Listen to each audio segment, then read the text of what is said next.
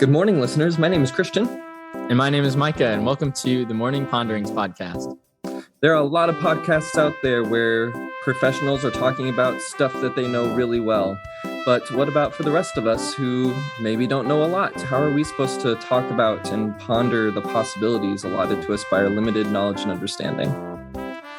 Well, that's our goal here. The best thing we can do is be honest, be humble, and explore the possibilities of life so that empathy for others can flourish. Well, good morning, Micah. Good morning, Christian. How are you doing this morning? I'm doing pretty good. We usually film this on Mondays, and we didn't quite do that this week, so today's a Thursday. But that comes with some of its perks. My wife recently started a new job. Actually, I think that she started that new job in the time between we've been recording, so that's some news. But she started a new job as an assistant at a Montessori school, which it's also really awesome because the times that she works, we were also able to enroll our son to attend the same Montessori school at a discount because she's working there. Very nice. They are away off at school. And so there shall not be any screaming toddlers banging on my door as toddlers do. Not as that it's my wife's fault at all, because man, when your coworkers are cavemen, it's kind of hard to be in control and to live in a predictable circumstance. Yeah, definitely. And your wife is, she's getting pretty close to being due any day now, right? Oh yeah. Mm-hmm. Wow. And she just started a new job. So that's interesting. Right. So she started a new job. Fortunately, they are super chill and understanding when it comes to pregnancy and delivery. So when the baby comes, she'll be able to take as much time as she needs to recover, and the job will still be there for her afterwards. So very grateful for that. It's a great deal. Yeah. So apart from that, this week has been a growing week for me. I've been doing some individual exploring, as both of us, I hope, would do. But I can talk about that in just a bit. But before we dive into everything about Christian, how is Micah's morning going? It has been a wild week for me. I just came off of doing 2 double shifts in a row, like Tuesday and Wednesday. Oh my! Tuesday and Wednesday, just working. I'm gonna take a swig of coffee, just an empathetic gesture to you. So at one of my jobs, I work from 6:30 a.m., which really sucks, to noon. Oh my gosh. And then after that, I typically am going to my second job from 5 p.m. to 10 p.m. Though yesterday I got a slightly longer shift and worked from 3:30 to 10 p.m. So working like a total of basically 12 hours that day. Oh, wow. My body is like really sore right now. Like my hands just kind of hurt. And I woke up in a panic because I woke up and it was bright outside and I was like, it's supposed to be dark. But then I realized I'm not going to my job at 6:30. My goodness. It's the whiplash of your hours. My goodness, indeed. Yeah. So that in itself has makes the last couple of days kind of rough. And then on top of that, I won't spoil too much, but I did get to be on the Recovering Evangelical podcast. If you all know, if you follow me, then you might know, that one girl, Rachel, on TikTok. And she always has amazing content. She has her own podcast, which I love her podcast. And it was a great honor to be on it, talking about purity culture, how it's affected me. And as I prepared for that episode, a lot of things came up that I did not expect, of just ways that it has affected me. So I'm not going to spoil too much because there is a lot to say, and there's a lot that I'm exploring now about my own sexuality and what that means for my life. And it is a wild time. Never thought I would be exploring that. Yeah, it's one of those things where, like, when you look back upon coming up in evangelicalism and you look back upon like your sexual awakening and your journey in that, and the sheer amount of shame that just gets dumped onto it when you're going through it at those very impressionable times of your life. And in those circumstances, it's like you don't really get that opportunity to really discover yourself. You feel the need, because you're in such an impressionable state, to then impress yourself into a specific shape that was required of you and expected of you for the sake of other people's approval. And especially later in life, it can be really hard to unpack that. And you might be able to like unpack it for yourself, but to then to lean into that and embrace it is, I mean, there's the whole closet analogy for a reason, because suddenly you're putting some relationships on the line, and you have to ask the question of like, okay, what do I value more, being fully authentic with who I am at the cost of these very valued relationships potentially, or at least not necessarily maybe at the cost of them so much as there's something is going to change. It's not going to be the same. So there's going to be some cost in that relationship, even if it's not the end of the relationship.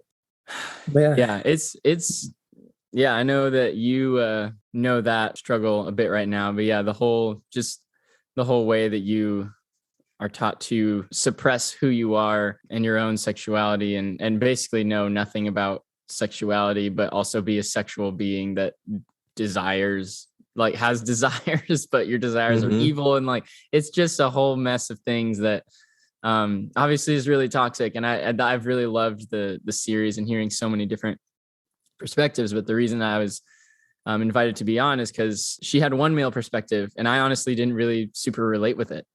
And that was a strange thing, because, you'd think maybe there wouldn't be that many things, but that kind of made me do a lot of processing on my own, and then think a lot of things I said in the episode of how my experience was just very different than the other person that she had on, which he is also on TikTok. His name is Daniel is Deconstructing. I think that's his tag. This sounds familiar. I wonder. I'm sure you know him. Anyway, he's big in the deconstruction community on TikTok. So I'm terrible with names. I'd probably recognize him immediately after I saw his face, but probably names, man. I'm not terrible with names, but I was very intentional to memorize a particular username because I had a very valuable conversation this week, a number of very valuable conversations this week or more with a friend on TikTok who is in that deconstruction community.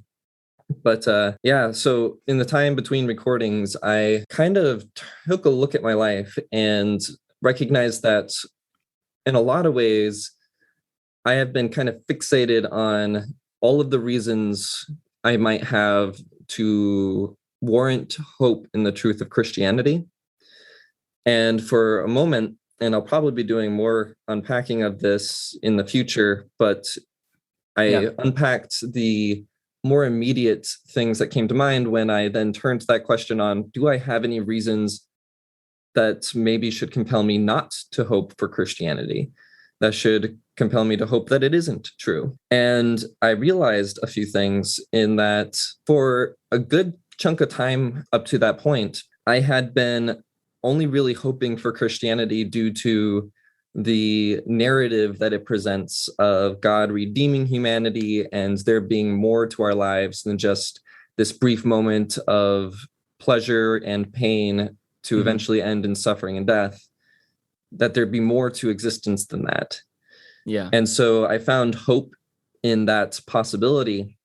And then eventually, when I would start to look into other possibilities, I found that there are other things, other possibilities that I can hope for that meet that need for a hope, I guess, but without nearly as much uncomfortable reaching in terms of trying to justify the actions of a God.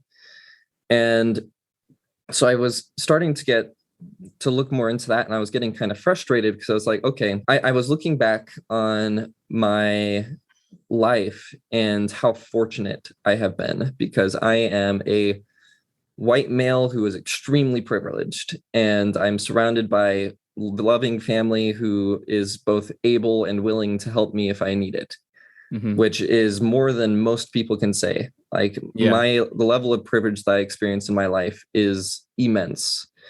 And so when I would reflect upon all of that, I found myself being very bothered, because why is it that God would focus all of his time to do these things in my life? Like, I look back at my life and there's certain things where it's like, I kind of hope that was God working in my life. But then I'm like, wait a second, I kind of hope it wasn't, because if that means God was doing that in my life, and yet there's still somewhere in the world like a 6-year-old starving to death, why isn't he as active in their life as well?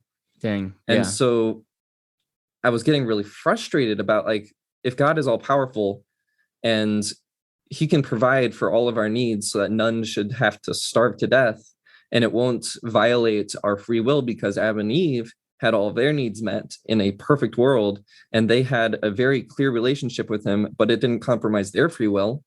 Why isn't there a livable wage, so to speak, that God just gives everybody in the form of food, shelter, and community? Yeah. And so, go on. I was just going to kind of commend you for kind of going on that trail in your mind, because it seems like when it comes to kind of processing those kind of things, usually people don't think back to those things in their life unless things start going wrong. And then they start being like, okay, well, maybe those things weren't God, but whenever it's benefiting you, you're not as prone to maybe look at it and be like, well, why isn't God helping like other people? And maybe it isn't God. Anyway, I just wanted to, commend you for doing that, even though like you said, you have a lot of privilege in your life, and all of those things have benefited you, but even still you're looking into like, well, why isn't it benefiting others? Yeah. And that's another facet of it, which I'll probably touch on a little bit, in that, like, I'll touch on it a little now, but a lot of my privilege, it comes from a legacy of people being marginalized for my benefit.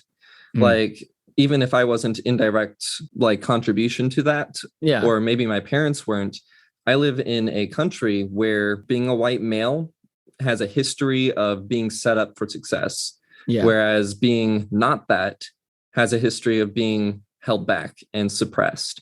There's the whole matter of sexism and redlining and just so many other systemic issues which play into the legacy that led to me being as privileged as I am, but also the legacy of so many others being as underprivileged as they are. Yeah. And that really starts to make me like reflect upon and better understand the whole idea of like, what can I do in my life to pay that back? What can I do to use my privileged position to help other people, not as like a white savior, because you're not a hero for giving back to others what was once stolen from them and used to your benefit. Like, that's not being a hero. That's just making a wrong right. Anyways, that is a bit of a tangent, but I made a video expressing this frustration and how I'm really at a loss for reasons to continue to hold on to the label of Christian. And one of my friends on TikTok reached out to me. Her username is heathen mouthed heretic. So heathen _ mouthed _ heretic. She's in the deconstruction community as well. And she makes some insightful videos and duets kind of highlighting different creators. And if you find my content insightful or helpful, she helped me, which means that maybe she can help you in your questions. But she helped me to realize that I was fixating on the idea of God as being all powerful and all capable. And I was plastering that across all understandings of God within Christianity and in general. And I have that tendency to fixate, despite the fact that I've made videos in the past, like criticizing this idea of like, why does God have to be omnipotent and omniscient and all these other omnis? I still tend to fixate on that. And I think it's because Christians in general, or at least the Christians I'm around in the evangelical sphere tend to fixate on that. And so Yeah. I meet them where they are, and then I forget where my mind's been. Anyways, she encouraged me to look more into the idea that maybe God is not all powerful. But I was still bothered by this concept because I was like, wait a second. If God has limited resources, it's almost worse that he would then choose to spend those limited resources on a privileged butt like myself and not completely concentrate all of his resources into helping those who are much more in need. Like, I've lived 26 years of a pretty good life. I could stand to suffer for a number of years so that a 6-year-old somewhere can have their own 26. That's pretty good. And so it bothered me still. And Sure. before I wanted to jump into any conclusions, I wanted to talk to my wife about the whole thing, because she is incredible at exploring a concept with me and helping me not to make rash decisions out of a place of frustration and anger. But at the same time, we're at a really rapid place of change in our lives right now. And so she has a lot on her plate and a lot on her mental load. And it's difficult to add to that mental load, but sometimes like I really need her help exploring something. So I don't want to end up in a place and then talk about that and be honest about that to her and then surprise her in that way. Because I almost feel like that would be worse for me to undergo a lot of change that she's unaware of and then just kind of spring it upon her. I think it's better to take it bit by bit, but time and place, it's really hard to navigate. But we finally did manage to have a conversation about where I'm at and what I was experiencing. And through that conversation, she helped me to explore the possibility that maybe the good things that have been happening in my life, if God is to be given any amount of credit for it, maybe that is because God's not necessarily working directly in my life right now, expending limited resources, so much as he went through the work of setting up essentially a will that is now unfolding for me. And so he's not directly working in my life, but he set up the dominoes ahead of time at some point to kind of provide for me going into the future. And now that that's all set up, he's off helping do that with somebody else with his resources and maybe the angels. And so now I, in that position, am given the responsibility to essentially do what I had mentioned earlier, because God has to work with messy humans. The legacy that led to what is provided to me is messy. And so now it's up to me to get to a place where I can be stable and not be constantly in need of help from like parents and stuff, such that I can have a little bit of excess that I can pour into somebody else's life to help them also reach that place of stability. And I feel like it really plays into the idea of evangelism that I like, in that I'm not pushing any kind of agenda. God never pushed himself onto me to give me reason to be absolutely certain that he exists. And I'm not in that place, but he still maybe provides for me. I mean, there's things in my life that I feel like might have some kind of intentionality to them. But because he didn't force himself and his existence onto me, I don't need to force that onto anybody else when I go to help them. And I have both reasons of divine reasons and just regular non-divine reasons to then use my place of privilege to make good on those who are underprivileged for my own benefit, so that we can both be in that place of equal opportunity and of equity, I guess is the term. Right. Yeah. Sorry. I went on a big rant there, but I've been processing a lot. And sounds like a big week. I knew that it had been. And it had been a few days since we had talked, but obviously I was working so much I didn't have any mental capacity to do hardly anything. You're all good, man. Yeah. Anyway, but that what you just kind of said at the end there kind of reminds me of a Bible Project video where they talk about justice and what is biblical justice, at least, in Bible Project's mind. And I really, really like their idea of justice is not, like we've talked about, not punishing somebody necessarily for what they have done, but justice is when we are on different levels. It is the person on the higher level lifting up the person who is on the lower level so that they can be on more level grounds, so that there's equity, so that is justice. And so it sounds like that's what you're seeking, and that's good. And it sounds like you've quite a bit to process, and that's good. Life is, they always say life is short, but it's not a sprint, it's a marathon. So keep it up, and it's not necessarily helpful to even like feel like guilty for your own privilege. You didn't control the circumstances that got you to where you are, but now I have the responsibility to use that to the betterment of others. Definitely. So yeah, we'll maybe have to make an episode on, we touched like a lot of things there that would be whole episodes in themselves, like right. Racism and white privilege, things like that are in America, and not just America. Goodness, been through a lot of history. But that is not our episode today. But those definitely good things to talk about.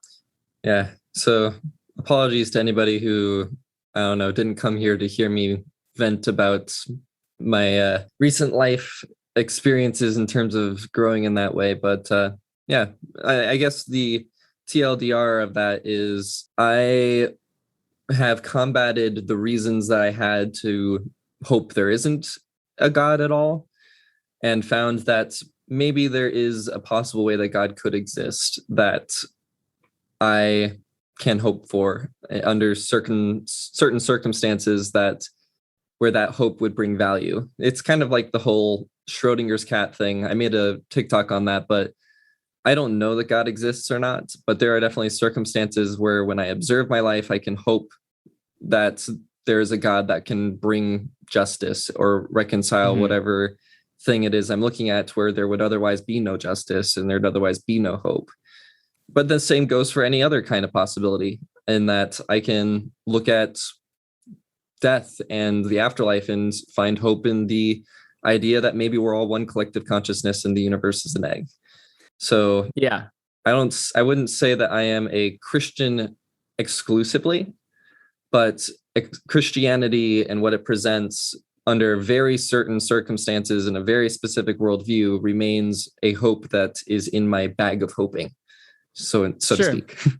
Yeah, that's a good way of putting it. Yeah, I think it's important when exploring these things not to slip into black and white thinking, which is what you are really taught to do in evangelicalism, is to think in very, very black and white terms. Like, you either are a Christian or you're not. You believe these things or you don't. God is this or he doesn't exist at all. When that is just not necessarily accurate. And so I, kind of in my own journey, even like have had to combat that. And like, I don't believe that the God that I grew up with exists, a God that would send people to hell to be tortured for eternity. I don't believe that God exists.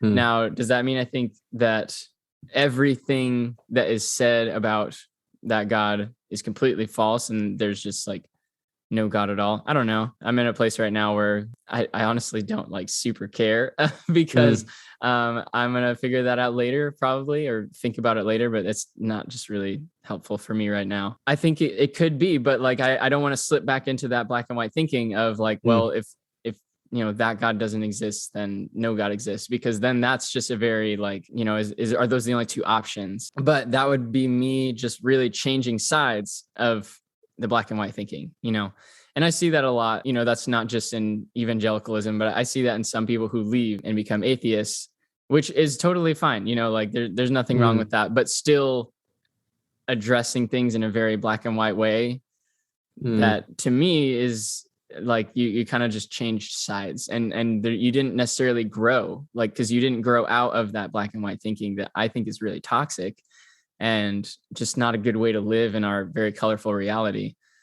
I will say, though, there is the circumstance in which it may be warranted if maybe somehow you have gotten divine insights or lack thereof, I don't know, to be absolutely certain of a particular reality. I'm not sure that that's something that human beings are even capable of, but that's coming from my very limited scope on reality. So maybe everything that's going on, listener who thinks that they've got it all figured out. And maybe you have what it takes to warrant that black and white thinking. But if there's one thing I know for certain, I don't. And and from the sounds of it, Micah doesn't either. So we don't have that. And so I don't think most people do. So we're here to talk about what does it look like to exist in that space? Yeah, for sure.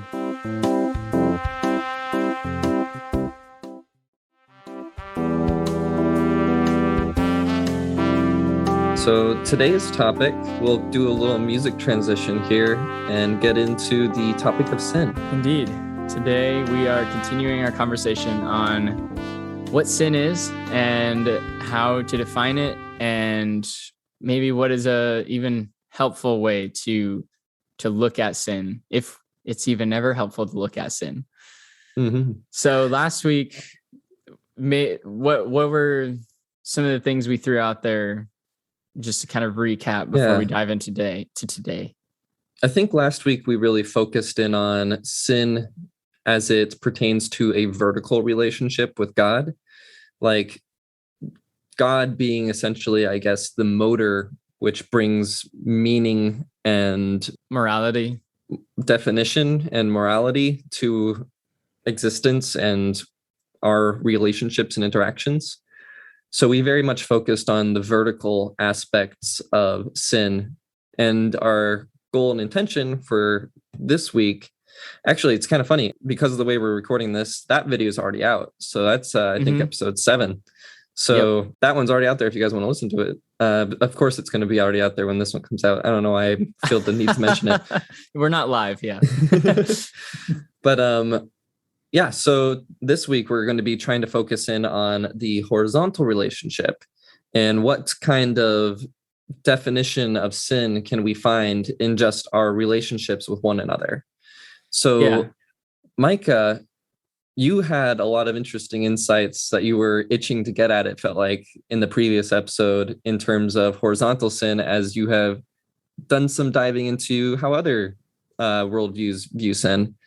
So can you give us a good idea of like, what does that mean exactly? What does it sort of look like? Sure. Yeah. And before I get into that, I want to give credit where credit is due, because my terminology for like the vertical and horizontal comes from another fellow creator that I follow on TikTok. Her name is I Blame Bill. She's an atheist who speaks out against evangelical Christianity, and honestly does so, I think, in a very helpful way, and is honestly very kind, even though she does not hold back in what she says. But she talks about this vertical, horizontal quite a bit. And so the thing about the vertical is that it doesn't matter how it's affecting other people around you, as long as you're good with God, right? That was our conversation last week. The horizontal is now kind of turning it and saying it absolutely matters how it affects the people around you. And that is then going to be the way that you are kind of defining morality and thinking about morality and interacting with the world. And so in that, we maybe like one of my favorite working definitions, which it's not a perfect definition, but it's one that is just helpful for me as I go throughout life, is sin would be defined as anything that is harmful to myself, to others, or to the environment. And so you could say, and you could, and people do, and that's totally fine. And who knows, maybe I will someday find how that could align with a vertical morality as well, and how those things could even be intertwined. Yeah, but I think one quick example of that is the whole concept of whatever you've done for the least of these, you've done for me, which is something that I think Jesus said. Yeah. And it very much intertwines. Like, you can also take that and say, whatever you've done to the least of these, you've done to me, any wrongs you've done. And that very much, I feel, intertwines the concepts of the vertical and the horizontal. But proceed. Yeah, definitely. Because even the idea of telling people to love their neighbors, if you don't have any kind of horizontal morality, then that doesn't really make any sense. And and like I said last week, there can't be love there. If you only care about the vertical, how could you love somebody if you don't even care about the people around you, the horizontal morality? And so, this isn't a a perfect definition, because then I've been talking with a lot of people on TikTok this Hey, let's week, shout everybody out, man. shout everybody out. Yeah. So Pastor Paul on TikTok, I'm trying to remember his tag because he's changed it a couple times. But if you just look at Pastor Paul, you will probably find him. But we were talking about it, and he said, okay, well, it's not a bad definition, but what happens when you get a like 45-year-old who is dating a 14-year-old, and they say, well, it's not harming either of us. We're good. We're happy in this. And what do you do with that? Because according to kind of our social structure, we would say that's wrong. You know, that someone that young can't consent to being in a relationship with someone that old. But, you know, if they say that it's not harmful, like, what do you do with that? And so I'm curious, what do you think? I think that there is definitely a number of different sources of information that we need to take into account, in that sometimes we as humans can be not the best resource in terms of understanding whether or not everything is right in the world. Yeah. But it's also very dangerous to not take somebody at their word. Like, I think that I don't want to invalidate the things that we say to say who we are and what we do, what we're doing, and what we're feeling. I think that those are all very real, valid things to consider, but they should not be considered in isolation. As two should not, like, for example, scientific findings be only considered in isolation. All these things need to be considered together.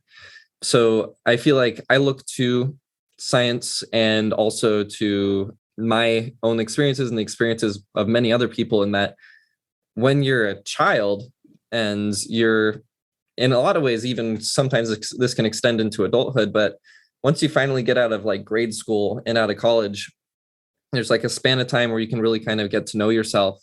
And once you finally know yourself, you can have a better understanding of like, okay, how do I mesh with somebody? Where do I want to go? You can have better planning. And then there's the whole matter of like brain development and developing those essential functions to make decisions with good foresight. And there's a significant period of time that's not necessarily something that's developed. And that's kind of, we try to gauge what is legal in terms of sexual relationships based upon that. From what I know, actually, I'm not sure if we gauged it on that, but like maybe if we did, the marriage age would be even later. I have no idea, but I wouldn't claim to know, but I hope that's what we're basing it upon. Yeah. But yeah, there's many resources we need to look at where two people might say, well, there's nothing wrong with us, but then you can look at things scientifically or psychologically and be like, actually, there's some really toxic, harmful things. Like, there's a lot of people who are so optimistic that when they're finding themselves in a toxic, abusive relationship, they convince themselves that everything is fine. And that they only abuse because they love me. Sometimes we're not the best judge of what is harmful. And it also gets really nuanced when you take into consideration the idea of Christian love and the way Christians will go out of their way to hurt for the betterment. But I mean, I guess you could even say, like, because you and I both agree, like, that's not good. And it's generally not a good idea to hurt somebody, even if you think it's for their betterment. But in some cases, like, a surgeon's got to cut you open. That's going to hurt. And it might be necessary. It gets really foggy and nuanced.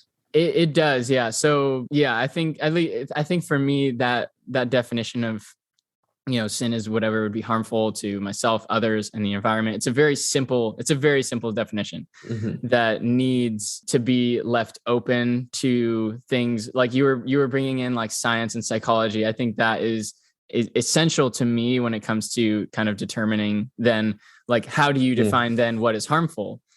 Well, it can't be solely based on yourself or even just the word of others, because like you said, we can say, well, I don't think this is harmful, but science and psychology is going to say, yeah, it actually is. Whether that's actually to like your physical body, whether that's to your like mental health, you know, that's a more objective way of looking at things. And, you know, people are like, well, I don't trust science. Well, you got to trust something. You're either going to trust the word of random people, or you're going to trust science, or, we're all throwing our trust somewhere. And so it's good to look at the source that your trust is coming from. But darn it, where was I going with this? Oh yeah. So I think it's just important to leave that definition as being very simple, and understanding that it's not all inclusive necessarily. And it is very nuanced, like you were saying. And there's going to be so many situations where that may not be the most helpful question. Maybe the most helpful question would be then, like, what is scientifically, like, what is science going to say about this? Or even like, what is this is what Paul kind of threw at me, like, as we were talking about this, is like, what are some of the societal contracts that we have put in place to protect the order of society and the order of really just, I guess, to have an orderly society. And what is disrupting that order would then be part of, I guess, what you could call sin. Though I don't even like saying that word, just something that is harmful or transgression, something that's destructive. Yeah. Though, yeah. And so, there's lots of things that you can kind of bring into looking at horizontal ethics and horizontal morality, because it really is all based on how it's affecting your relationship with other people, and how it's affecting them, how it's affecting you. And I think, like I just said there, you need to not forget yourself in this mix. It can't just be solely based on even outward. Like, if you were in an abusive relationship, it might be fine for them, but not for you. And you have to, and I would still say it is morally, like, you need to get out of there. Not to say that, like, you are, oh goodness, like, to say that you're sinning for being in that abusive relationship, because then we're victim blaming. But just to say, get out of it. Like, that relationship is not good. Yeah. I think that this is taking one step back, but then I also want to talk to that. Maybe a good way to think about the tools that we have at our disposal is to view them as tools with different valuables. In, like, some tools are short-term tools and some tools are long-term tools. If we need to make a quick moral decision with limited information, then just making that decision based upon, is this harmful? And what social contracts? I feel like, is it harmful is the shortest term tool that we can immediately apply. What social contracts are at play is the next one. And then, like, it goes out from there, like psychology, science, and just constantly revisiting, not in an obsessive way, but in a healthy way. Maybe a therapist is a great way to help with this. They help you to revisit decisions you've made in a healthy way, but to revisit those and think of them in using these different tools, and using that to form the way that you would then respond to a similar situation in the future. So there's a lot of tools, and some are better and more useful in terms of insights that they bring to the situation than others, but sometimes they're not the most practical. And definitely, to speak to could you hold that thought for a second? Okay, don't forget your thought. I don't want you to, like, lose it. But I think it's, like, you thinking of it as a tool belt, honestly, is actually really helpful, because there will be situations where you obviously are going to need different tools. And so think of things like, what do we do about COVID, the vaccine, things like that? Using the wrong tool for that is not going to get you very far. Like, that is where you should probably use the tool of, like, science, rather than pulling out politics out of your tool belt. Like, politics should not be getting involved in your opinions about COVID, but science should. And so that's where, like, in this very, like, nuanced way of looking at it, you need to think of it as a tool belt, and, like, which tool am I going to need for this situation? I think that what you just said even highlights the importance of your tool belt being very well-rounded. And that there's a lot of people I see who only use short-term tools to try and make those judgments and decisions. And because of that, when they come up against somebody who has used those long-term tools to then come to a better understanding, to see how the initial conclusion you might jump to using that short-term tool is not necessarily the best, if not, and maybe it's even harmful. But when you finally get to the point where you're using those long-term tools, you have better insights on that. But the problem is, if you're only ever using that short-term tool, when somebody comes to you with insights from using the long-term tool, you're going to only view them as antagonistic. Right. And I feel like there's so many examples of that all over the place. It's like trying to build a house and only using a hammer, and you've got screws and you're trying to put screws in the house with a hammer, or you've got to staple some things and you use a hammer. Like it's not it doesn't work. Like you can technically get the screw in the wall, but is it going to be the best that it can be? Absolutely not. And you might break a few screws or your hammer, and the staples probably won't go in right. There's just a little analogy that popped in my head. Yeah.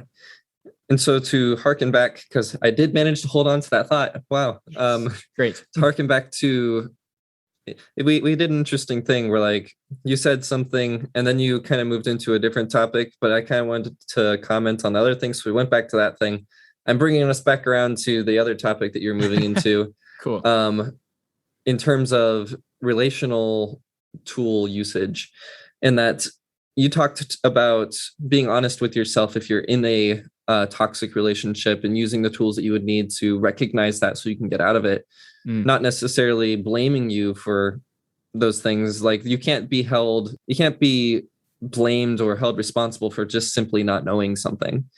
Sure. Knowledge is power, awareness is power, and that will help you to get into better circumstances. But on the flip side of that, for other people, it is important, very valuable to hear the other person's response to your actions. Because I can't tell you how many people I've spoken to who they just talk about how like, this is just the way I am, and I just behave this way. And they never stop to think, is the way I'm behaving toxic to my relationships? Is it producing the kind of relationships I desire for myself? And I feel like that kind of dives into some unfortunate ways that we can tend to think of ourselves and identify ourselves, in that sometimes we identify ourselves through behavior as opposed to through our wants, desires, and philosophies.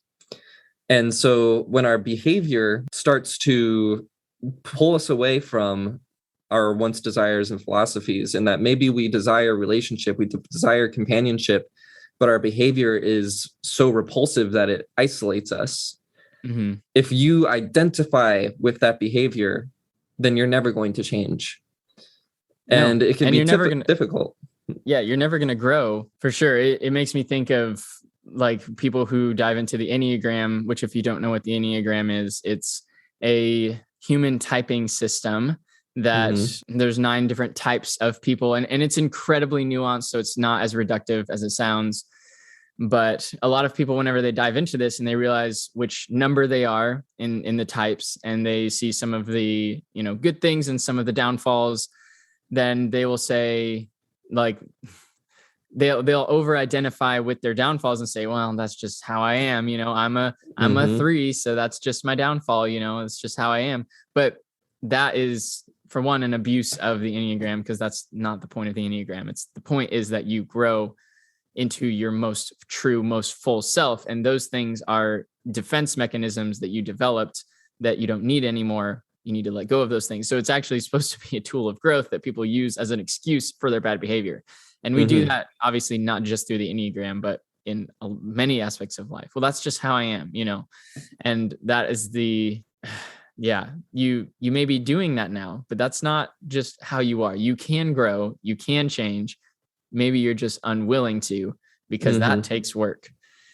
I think that to bring back in an analogy, you're identifying with the tools on your tool belt, but there's a person that's wearing that tool belt. There's a person that's deciding which tools to use and how to use them. And that person is you. That's who you are.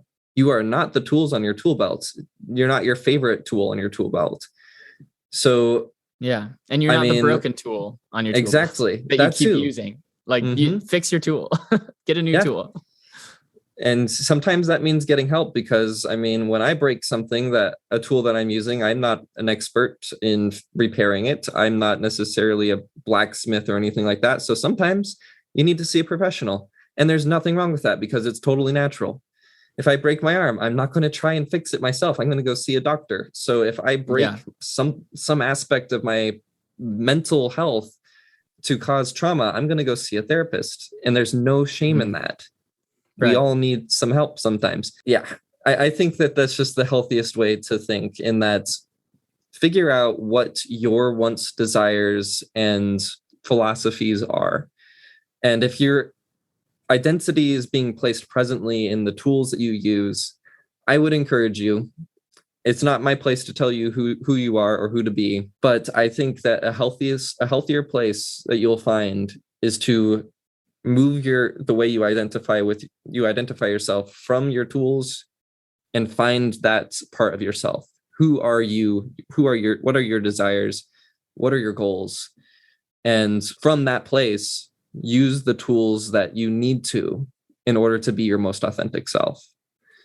Yeah, it's a hard journey to go on, because a lot of people do over-identify with their tools. And I think that is especially true in religious spaces, because the religion has tools that it gives you, like their sacred texts, their community, their songs, their music, like all of these things are the tools that they give you, but you are not your tools, even whenever you're in those spaces, and you're kind of taught to identify with those things. But it's okay to not, like to realize that you are a person with tools, and those tools can be helpful, which is why I still, as much as I can often be a little repulsed by what I see in Christianity today, some of the friends that I do have on TikTok who are still Christians, but in just a way more beautiful way, I still have so much love and respect for them, because I recognize them as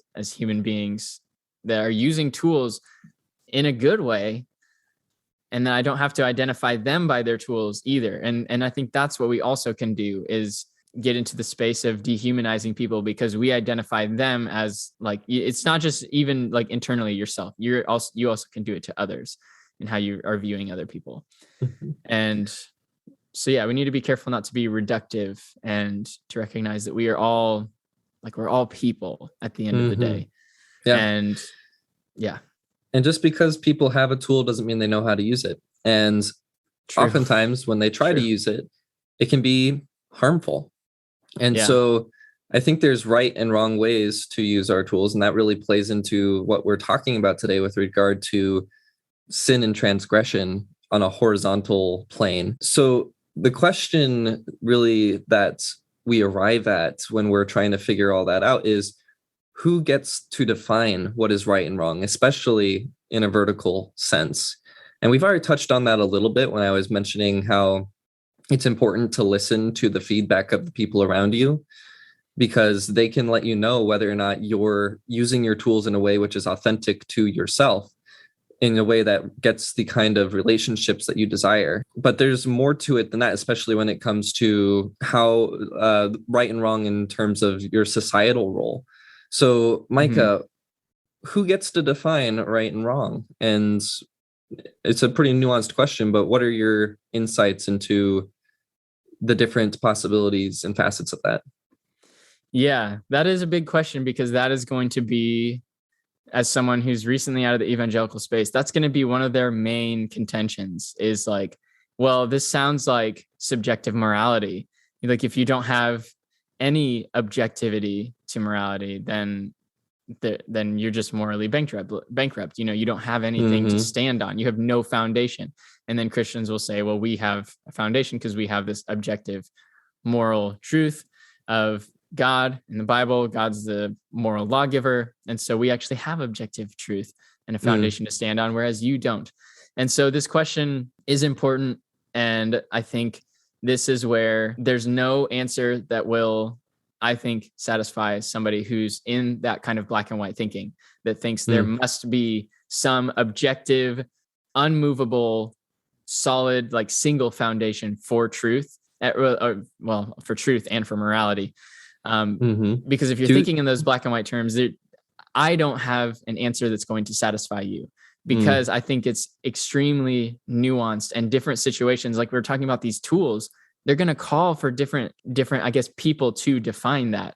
Like if it is something that maybe it's just a habit that you have, like how do you determine whether that habit is like good for you or not? Well, you're not going to ask that. Let me try to think of I don't know why the first example I think of is like, you're not going to ask like a dog trainer, maybe like, hey, is this habit harmful for me? And maybe they have some insight, but that's not their specialty. You should be the specialty of yourself and do some self-reflection, say, you know, is this actually helping me or harming me?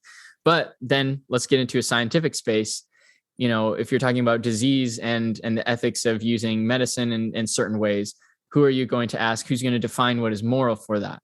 Well, also not going to ask the dog trainer on that. You know, they are not going to be the ones to define that. It's going to be the people in the scientific community, and then also the people who are receiving the medicine, the drugs, you know, whatever it is, who are going to be able to speak to that. And so, and I think to add to that, it's important to also look to the majority.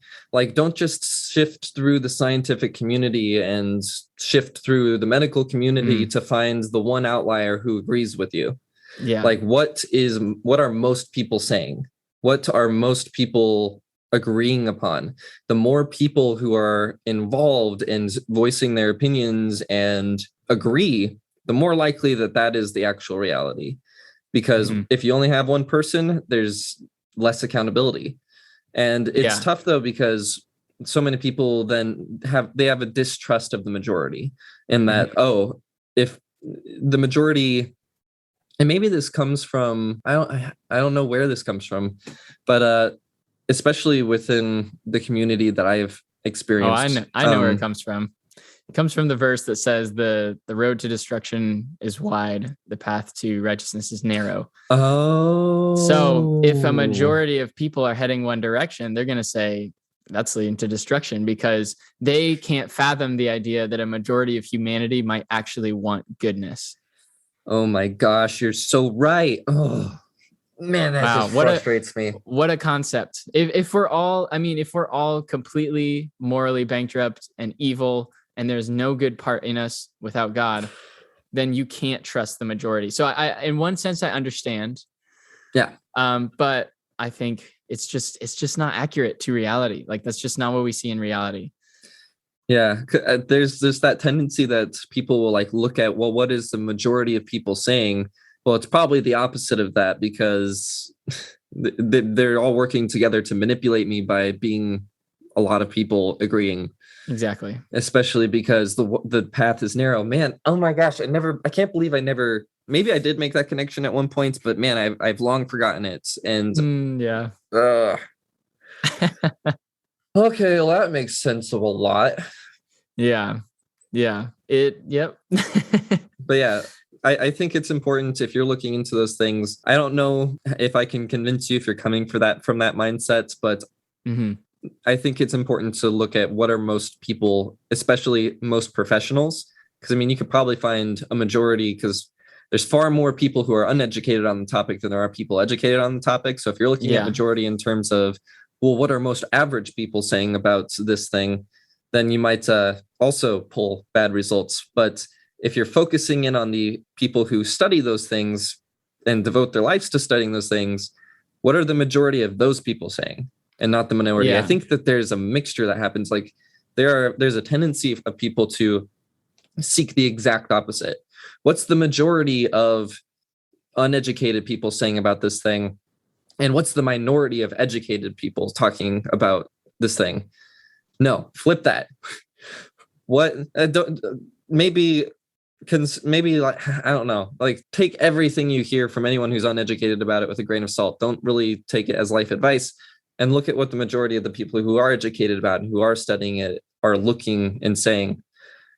I feel like I just worked through some stuff right there. That's good. Yeah, that's good. That's what we're here for. So then I think another objection would be, and I'm going to say something as I ask this question, but okay, well, what if a majority of people agree on something that is bad? You know, like if a majority of people are like, well, this is good, but it's actually not. And I think, you know, one of the aspects which you mentioned earlier, which I think is really important, is accountability. Is there any accountability in that group, or are they just kind of a mob of people deciding on something, and they don't have any checks, they don't have any balances, nothing, like no opposing opinions are allowed in? You know, are they just a Mhm. mob just deciding this is good? Because you would say that, like, you know, I don't know about like majority of Christians, but they might agree on something that is wrong. Like at one time, a majority of Christians thought it was okay to go around and kill people who were not Christians in the Crusades, Mhm. you know? And so just because a majority of people thought it was good doesn't mean it's good, you know? It's And true. obviously you've got the accountability of like all the people that they were like killing and destroying, saying this is bad, this is wrong, and like fighting against that. But obviously they're not going to listen to them because they're not Christians.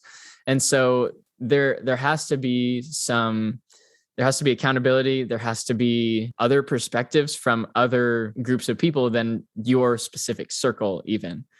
And so, Mhm.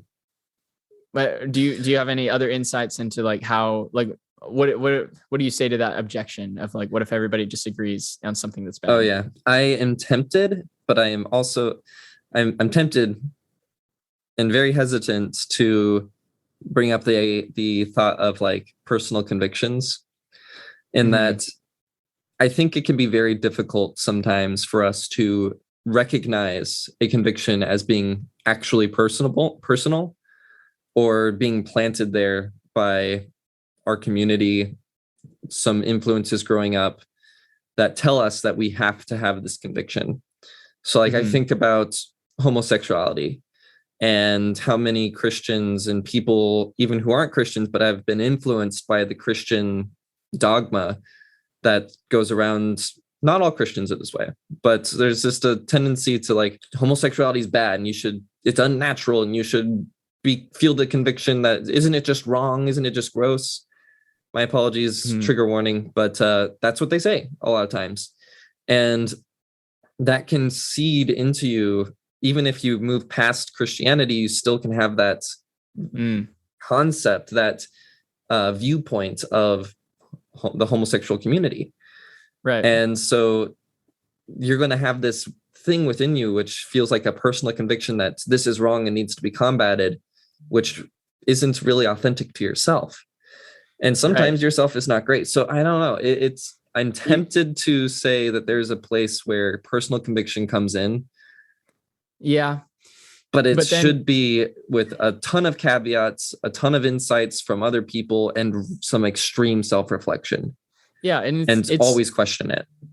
it's nuanced, and it's going to be something that you need to process and figure out what tools you need to use for that, because sometimes we can confuse guilt and shame with conviction, or even Mhm. fear with conviction. And I hear so many stories of Christians who like grow up with the rhetoric that sex is bad, sex is evil, sex is gross, don't think about it, don't talk about it. And then they get married and all of a sudden they're supposed to be incredible at sex. They're supposed to be, Mhm. honestly, they say Sex you're is the supposed, best, most beautiful thing. yeah, like you're supposed to be rewarded for all that time you spent hating sex and avoiding sex and not having Feeling sex, ashamed of it, man. feeling To ashamed. touch a Yeah. little bit on my experience with purity culture, just lightly, I was so ashamed that I was attracted to women. Wow. Weirdly enough, Just I a was like, shame. Wow. right? Like Wow. I felt so ashamed that like I felt sexual attraction towards women, and that I couldn't not feel that sexual attraction towards Mm. women. And it made me feel like something was wrong with me, and like I was out of control. And it made me scared of myself. I was like, man, if I can't control the fact that I'm attracted to women, then what else can't I control? Man, I need to shut myself in Wow. so that I don't hurt anybody. And I felt like a little scum of the earth monster that Mm. was just so terrified that if I engaged with people and had a social life, that I'd end up hurting somebody. There was so much shame. Wow. And man, that messed me up in a number of other ways. I don't know if I don't want to go into it, especially right now, but I don't know if that's something I'll ever go into. Who knows? Sure. But Yeah. yeah. Hello, listeners. Future Christian here. I was listening back over this and realized that I might have been a little bit too broad so as to make things seem worse than they actually were. So I'll give a little bit of a insight into what all I was going through in the time that I am alluding to here. The effect that purity culture had on me, I took it extremely seriously. And I was like sickeningly, I hate to use the word pure. Like, I feel like there's so much elitism attached to the word pure, but I honestly find it to be quite terrible just how quote unquote pure I was. To kind of give you an insight into where I was, my first relationship in high school, the most physically intimate we got after 2.5 years of dating was holding hands. My second relationship, another couple of years worth of dating, and the most physically intimate we got was spooning. And didn't even really progress anywhere beyond that until my third relationship, which is the woman I married and now my wonderful wife. Well, I was starting to see through the veil of purity culture at the time. So I didn't kiss a girl until my wife, and didn't go past like very beginning stages of intimacy until my wife. And that was like when I was in my 20s. What was happening in this time of my life is that I was an 11-year-old who had just experienced his sexual awakening. And I looked to scripture and I looked to what Jesus said about how a man who even looks at a woman with lust has committed adultery in his own heart.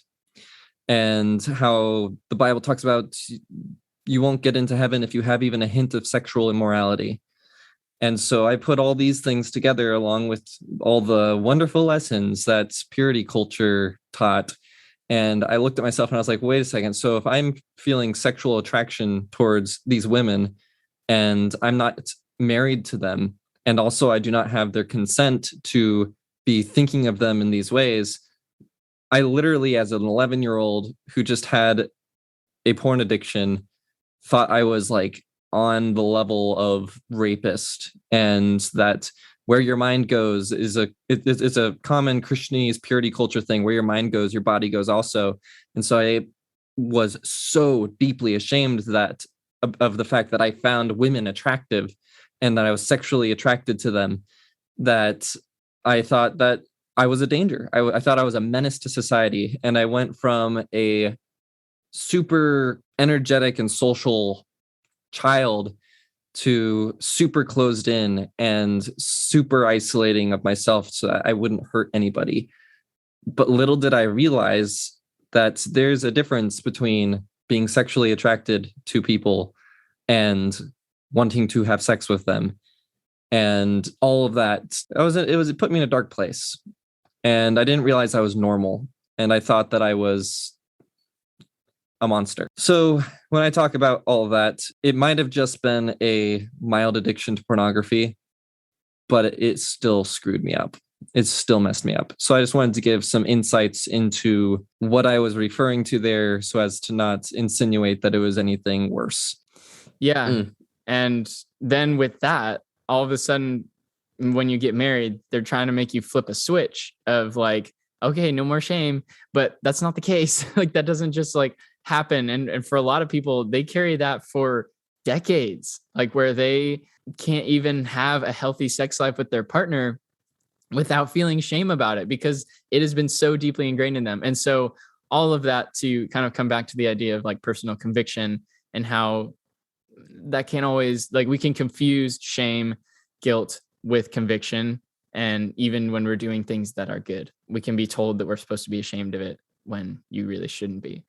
And so that's where the self-reflection comes in. That's where you start using some of the tools of asking for other opinions and even seeing like maybe doing some research on like what is actually healthy versus what is harmful. And should I be feeling shame about this or is it actually okay? And sometimes even just getting some awareness that like I'm not alone in this experience, let some of that shame go.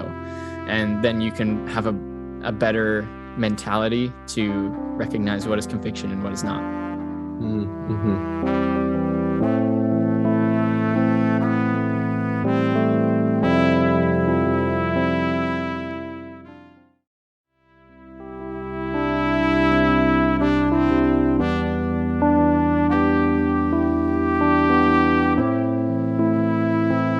We both recognize there's that possibility that maybe a God doesn't exist. And this might be because Christians feel the need to make them to view themselves as totally deprived and absolute dependency upon God for their moral compass. But a lot of people express that if there wasn't a God, they wouldn't feel the need to be a moral human being. Mm-hmm. And so maybe, oh, it's starting to rain. Maybe the concept of God exists and should continue to exist specifically to help those people who would not be moral otherwise to be moral. Maybe they cannot bend to the moral authority of another human being because they're another human being and they don't have some kind of higher qualifications. Whereas if morality is coming from a higher power who knows better than anybody, better than any human, it's easier for them to submit to that. So I don't know, maybe the concept of morality coming from God is not a terrible thing, but it can be so easily abused. So it makes you wonder, what is the payoff? What's the exchange of like cost versus reward? I don't know. I see it once again like one of the tools in the tool belt. It's a dangerous tool. Like you were saying, it's something that's been abused a lot. Like think of it maybe like a nail gun. You know, you can really hurt somebody with a nail gun if you start using it as like a gun. But it also can be a helpful tool for certain people. And I think for some people who say, you know, I would just be completely, I don't know, everybody likes to use the example of like, I would just be out killing people and doing drugs if I wasn't a Christian.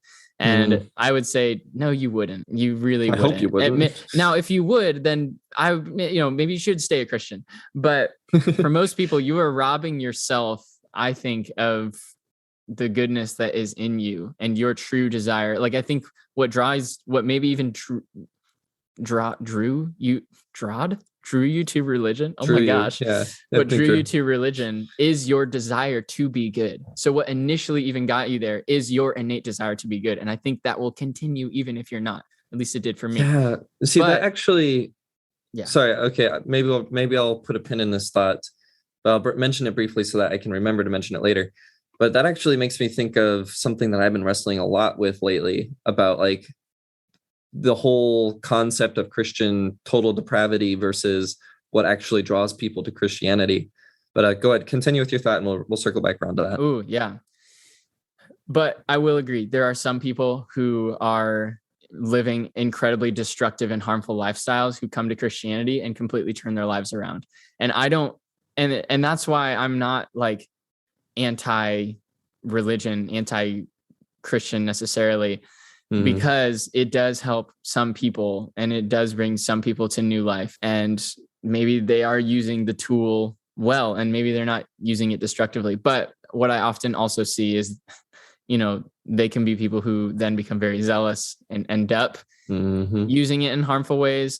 And so I think that's something that maybe they even need to grow out of sometimes. But it's a hard thing. But that's where the whole concept of like, is it harmful or helpful? Like, is it harmful to you, others, in the environment? You know, if Christianity is what is helping them to get out of some of those harmful things, then it's not wrong. You know, like there's nothing wrong with that. I think the big cost to using religion as a way to provide moral guidance to people is that, especially if there isn't a God, and even if there is a God to some extent, like people have a tendency not to question the messenger. And so the problem is that messenger is generally a human. And they themselves are learning and growing and don't have it all figured out and have some moral growth to go through.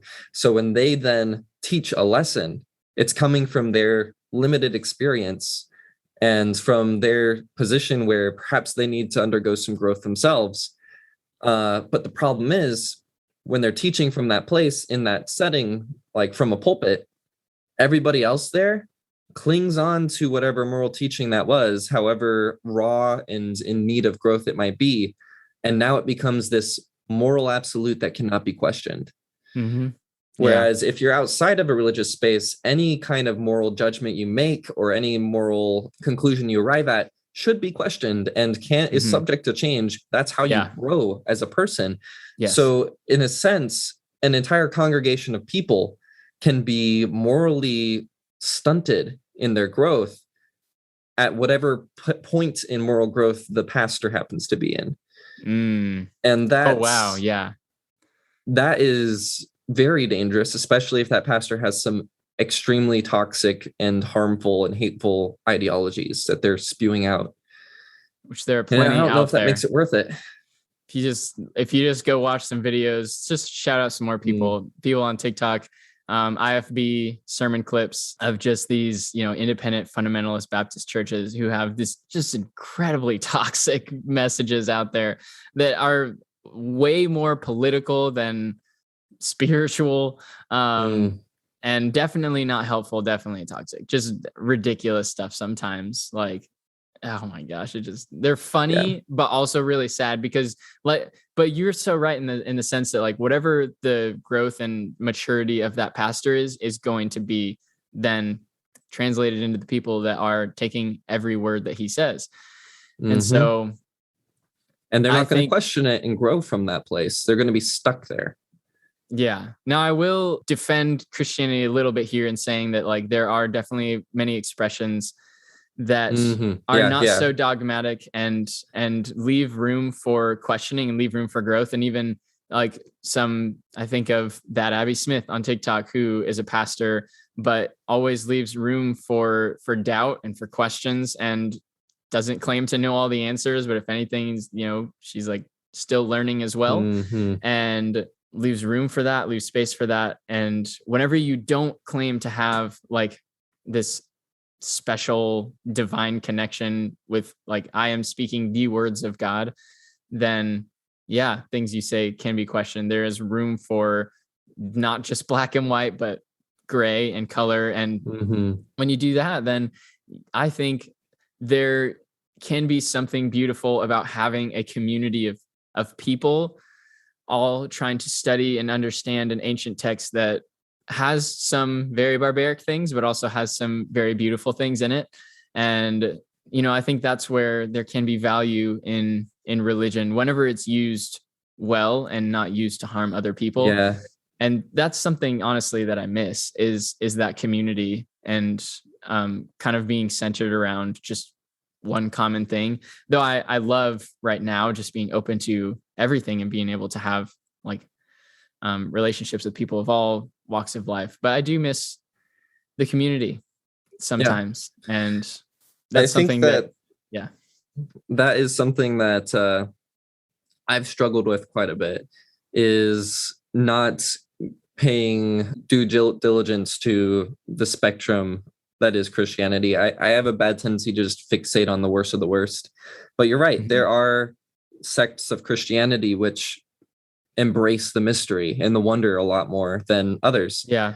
And I have a bad tendency to say Christianity in a broad sense and completely neglect the existence of all these other great examples. So that's something that I need to work on, and that's some growth I need to go through. So apologies to anybody that belongs to a different Christian sect that doesn't have and push these toxic ideologies that I tend to question. And I try not to bash, but sometimes I think I might come across as bashing, and if I might actually be bashing, I don't know. But well, I will also say it probably sounds like I'm going back and forth a lot right now, but I've been doing this work for a bit and I've learned a lot. I don't think there's anything wrong with just saying Christians. And like, I hate people who try to come in the comments and they're like, not all Christians. Like, yeah, I know. Like, I of all people know. That's not helpful to the conversation, because the fact is a majority of Christians for a long period of time have done some really, really bad stuff. And the most vocal ones, even if they're not the majority, they're the most vocal and viewed. And people who are in the more healthy spaces, if they're mature enough, for the most part, they understand even whenever I'm on TikTok saying things about Christians and I kind of just say Christians and lump everybody into the same category, they know who I'm talking about. They know I'm not talking about them, because they're mature enough to know that like, it's like the whole, like, not all men thing. Like when women are like, all men suck, all men do this. It's like, if you do that and you're offended, well, maybe that's because they're talking about you. If you're not offended, don't be offended, because they're not talking about you. And they know that. Like it's just a way of people kind of like word policing you, and it's not helpful. And so I honestly don't have a problem with saying like Christianity kind of sucks. Yeah, especially American. I guess Christianity. the one thing I get concerned about is anybody who, like teens or younger kids who are coming up and hearing a lot of this conversation and don't understand that nuance and don't understand that there's exceptions.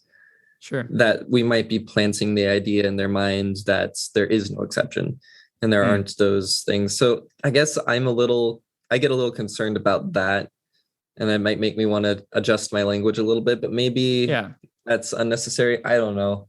That's a point of wrestling within me at the moment. Like, even when it comes to the whole idea of like not all men and the expression of all men, it's like, there's some people out there who really do just hate all men. Sure. Maybe they don't. Maybe I'm just reading into it totally wrong. I don't know. Maybe they don't.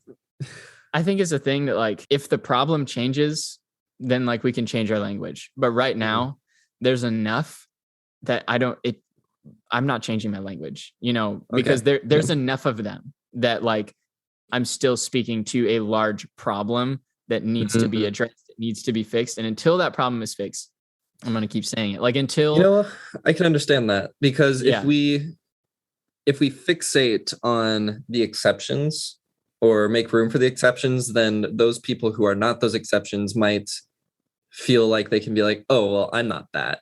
Like, it's not all men, and so it's certainly not me, but maybe it is you. Exactly. And so, I now, thanks for that insight. I feel like that helps me. It's a complicated issue, like many things. And it's something that, I've had to do a lot of work on, and honestly, just listen. Like, I think that's the most important thing, is just listening to the people who talk about it and not making assumptions, not getting offended so easily, but really just like listening to like, what are you actually talking about, and how can I partner you? Because like, I think when we focus on the language, then we miss the actual issue.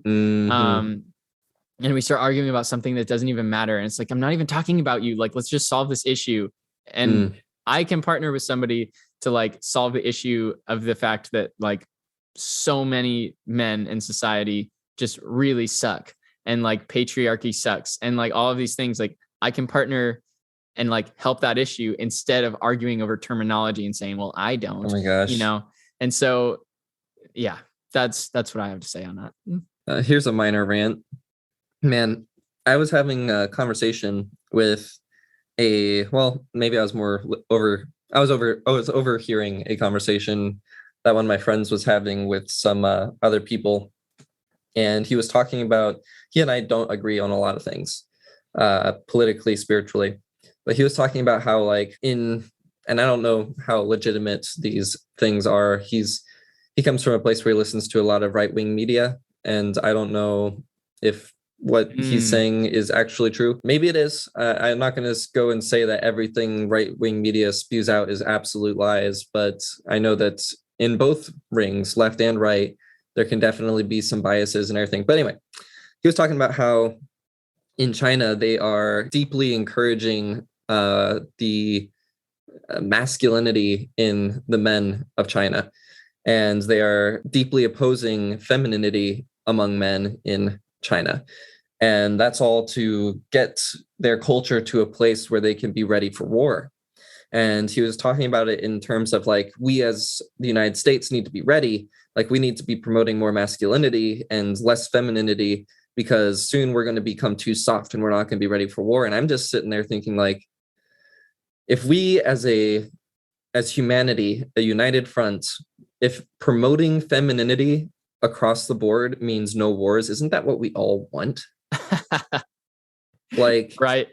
Like, why? And I get it though. I understand that, like, if we as a society become too favored, we favor peace too much, then we might end up being steamrolled by another country or ideology that doesn't favor that, and then that becomes the new dominating force.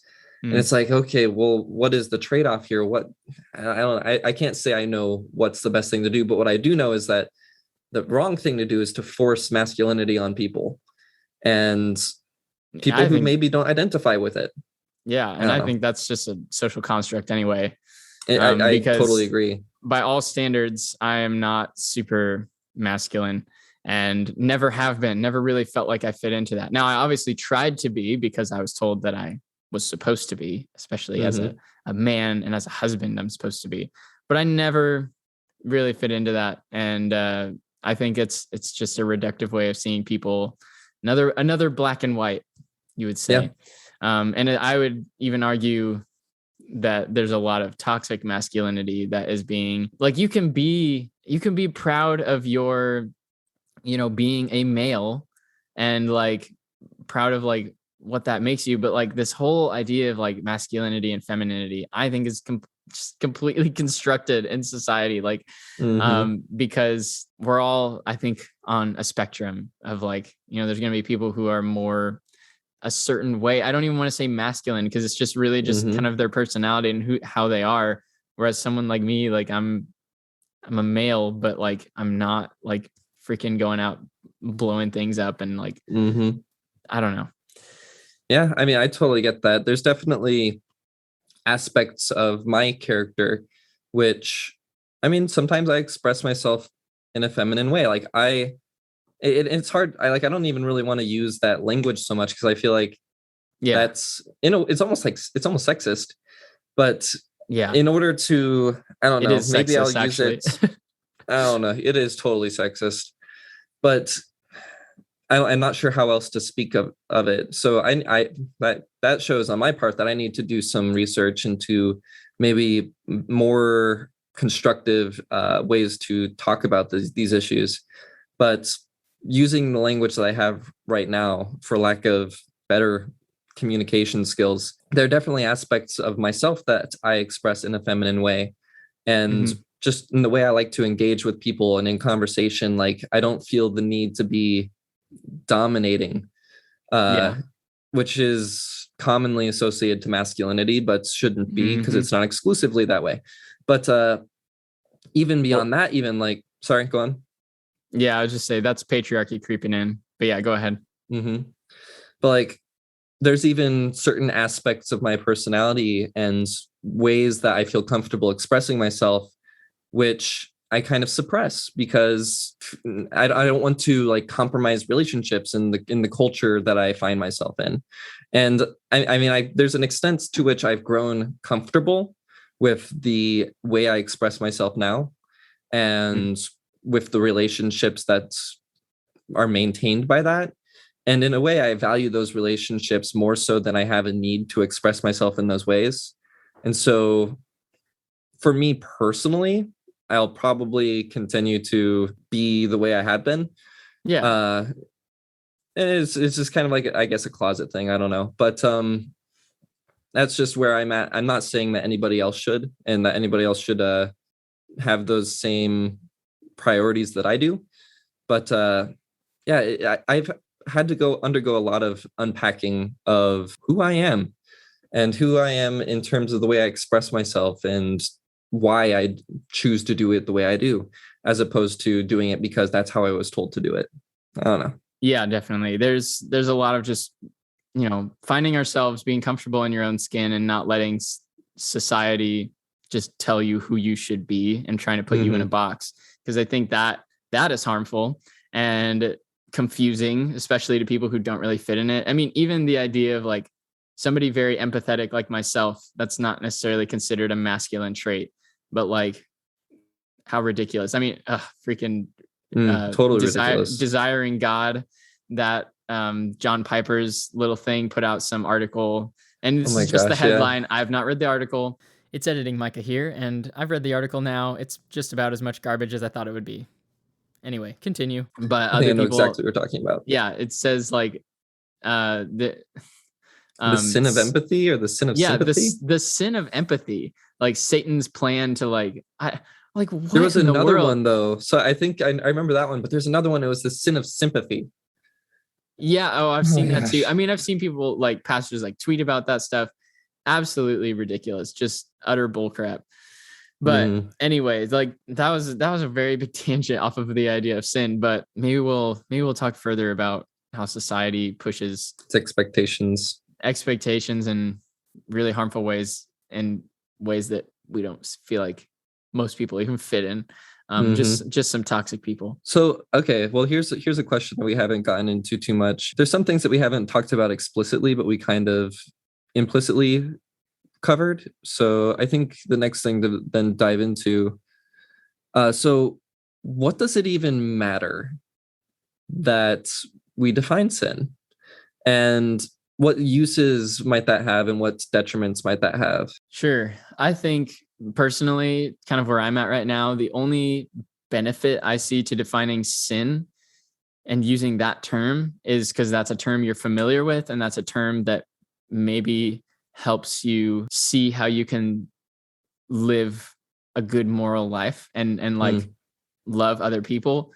Because honestly, I don't even think that term is helpful for me anymore. Using the word sin. Like, if anything, I'm like, ugh, that's a stupid word. Like, because I can only think of that in my past like Christian life and how that related to the like vertical relationship. I just see is like right now, like, how do I like love people well and not hurt myself and others, like I'm not necessarily concerned about like the terminology of sin, but I think it's important to define obviously what is right and wrong, what is hurtful and helpful, what is loving, what is not loving, Mm.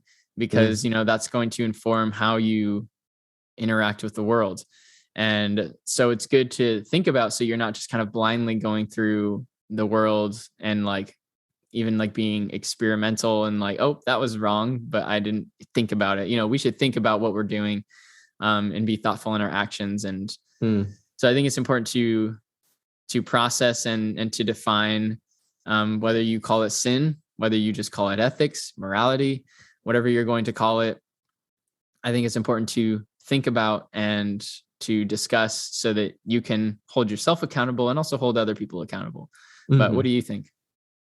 I totally agree. And I just think that like we need to recognize like there's an importance in the way we go about defining what is sin. And I think it's important to recognize that right and wrong oftentimes is contextual and it's shifting and it's like a Yeah. fluid. And so we need to make sure we're using our tools in order to be reactive to any given situation.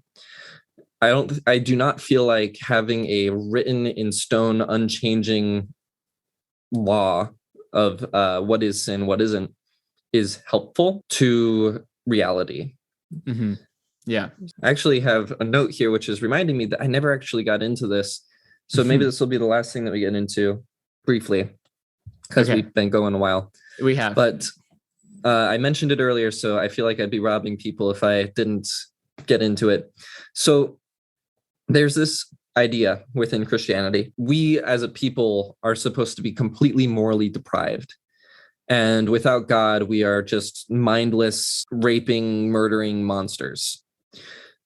The problem is that, as you mentioned, Micah, a while ago, a lot of what attracts people to Christianity is a desire to become a better person. Yeah. And if we are all morally bankrupt, there would, in my head, be no desire within us to want to be better, to want to be good people. Why would there be any desire within us if we are morally bankrupt?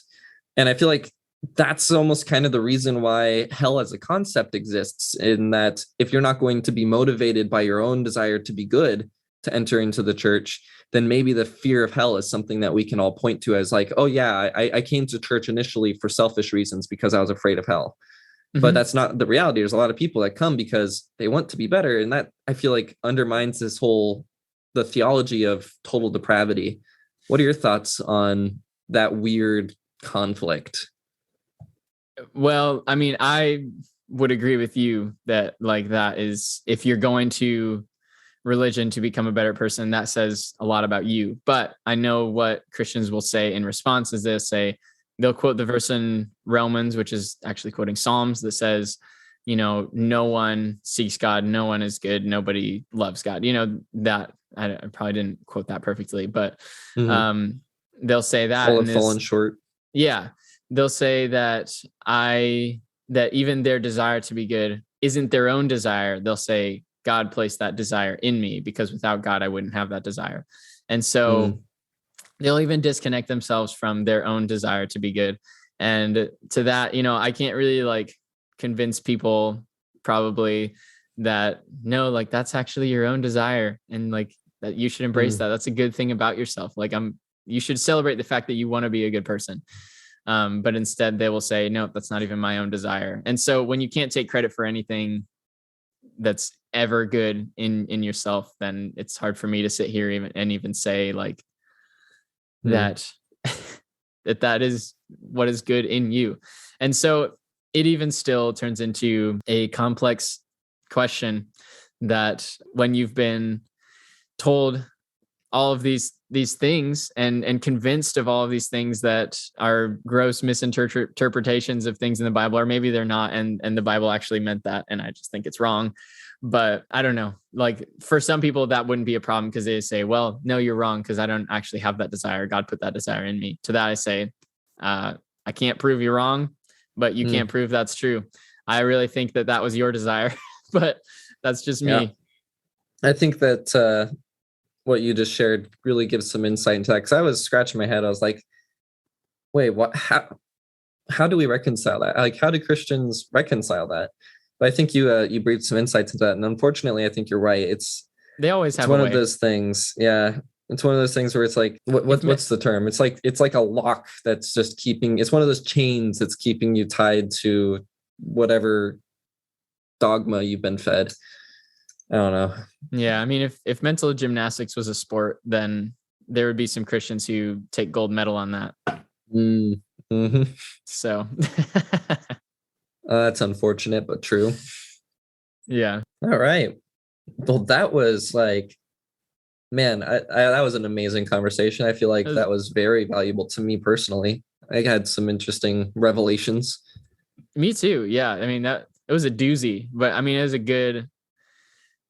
really good conversation. Just something that I think can be confusing and disorienting whenever you are questioning everything, or even if you are like just deciding to leave altogether the faith or whatever it is.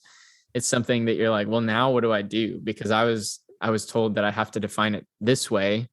So how am I supposed to define it without that, And so even like we didn't even think beforehand of this whole like tools analogy, but I think, man, that is a really good analogy to think about how we interact with the world and define morality. Totally agree. Yeah. Well, the next episode we're going to be doing is going to be on prayer. So that's going to be an interesting topic to look back on, because you and I have undergone quite a bit of change. And I feel like the concept of prayer has been one of those things where I've been looking at it and wondering, okay, what purpose does this serve in my life? And where do I go with it from here? Should it even be a part of my life? What value does it bring? So, dear listeners, please tune in next week to hear our conversation about that. One other thing that I also just remembered we should probably start plugging. Whatever listening platform you are on, if you'd like to help us out and you value our conversations, please leave a review or do whatever kind of response, or like it, subscribe, subscribe, whatever the medium is in the app you're listening through, please do that. And I know on Apple Podcasts, that's like my favorite one to use. Like once you subscribe to something and a new episode comes out, it just boom is right there on your feed. You're like, oh, nice. And it's really nice because you know exactly when things come out, which ours are dropping every Wednesday. But it's just a way to stay connected. It's like we're not asking so that we can just like feel great about ourselves, but like, if you value this, it's good to get feedback. Yeah. And it is good to get feedback too. And if you have like a specific insight or question or whatever that you'd like to provide us. We're going to be releasing a video form of this onto YouTube, and you can leave a comment on one of those videos, kind of expressing your thoughts and your heart. And we greatly value that. Any kind of feedback. We're doing this not because we aim to teach people, because we're not professionals with divine knowledge that we're going to gift upon you. We're doing this for our personal growth, and hopefully in watching the example we set through our journey and our conversations, you can learn how to have that journey yourself. And you can contribute towards our journey, and we can contribute towards yours, because if you leave a comment, we might end up talking about it. So yeah, definitely. Yeah. So where can people connect with us, Christian? Yeah, you can find Micah and I on TikTok. We are both creators there. His tag is Pondering Together, and mine is Truth Voyager. And if you want to follow us there, we'll be posting about just our daily journey and the different things that we're experiencing and finding, and maybe just some fun stuff here and there as well. And if you'd like to support us financially, we have all manner of different projects and personal aspirations that we're pursuing. And then there's also this podcast, and there's always that desire to be able to invest more time into it. So if you'd like to do that, no pressure to do it. We're both not dependent upon this podcast at all. But if you'd like to, you can find a link at the bottom of the description on the episode that you can go to support us. Definitely. And we also do have a TikTok for this podcast where we will occasionally post clips, and that is just at Morning Ponderings. And if you are curious to hear the episode that I am on with the Recovering Evangelical, I don't know when that episode will drop. The episode is indeed out there already, so you can find me by the time this episode comes out. Keep an eye out if you want to hear about my I'm excited. Some of the ways that purity culture has affected me. Mm-hmm. So I think that is it. Yeah, that was a solid conversation. Definitely. We will talk again next week. Indeed. Until then, everybody, have a wonderful day. Have a good one.